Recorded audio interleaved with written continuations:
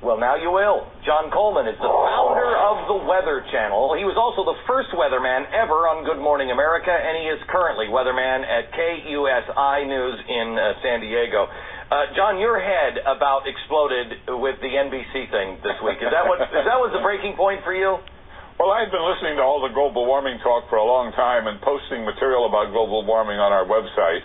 But finally, the crescendo of global warming myth, nonsense, exploded in my head, and I had to write a real rant, and that's the one that got noticed. I put it on our website. It was picked up by icecap.us, picked up by Drudge. First thing you knew, it was all over the newspapers, all over the radio, all over the TV sets, and I created a bit of a stir, and all I was doing was telling you the truth as best I know it. Yeah.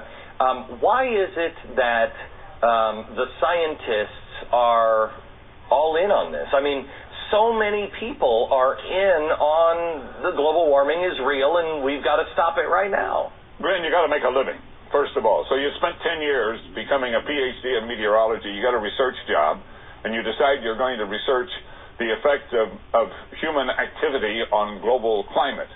And if you were to put out a research report that said not much and it doesn't seem too bad, you probably wasted all your years. John, what was the turning point for you? Because I know that you said that you went in to look for an honest answer. You thought maybe it's real. What was the thing that stood out and you went, this is absolutely bogus?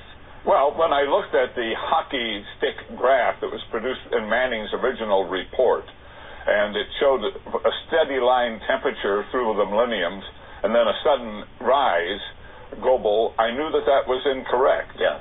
I knew it couldn't possibly be, and I started asking experts about it, and I started digging into how that was produced. And I found out it was bogus science. It wasn't real. The numbers had been massaged. The whole thing had been created. What bothered me was that the other scientists had accepted it. Well, why did they possibly do that? And I think the real answer to that question is that they all have an agenda, an environmental and political agenda that said, let's pile on here.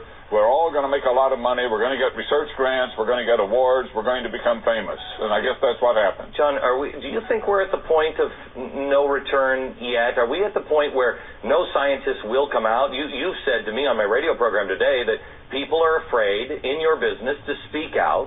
Can we turn this around, or are we destined for global socialism? I think that the ship may have left the dock.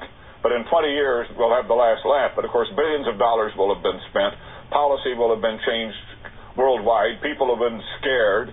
We will have reacted to a myth. But nonetheless, eventually, we'll realize that there is no global warming of significance, and we'll have the last laugh. Now, there are scientists speaking out. There are hundreds of them speaking out. There are thousands who signed a petition, 19,000 on a petition against global warming. There are many scientists speaking out, but the mainstream press is totally ignoring them. Yeah. The mainstream press has totally climbed aboard and is marching along, and of course the former vice president got himself an Emmy and an Oscar and I believe a Nobel Peace Prize. I mean, come on. A Grammy as well. John, thank you very much.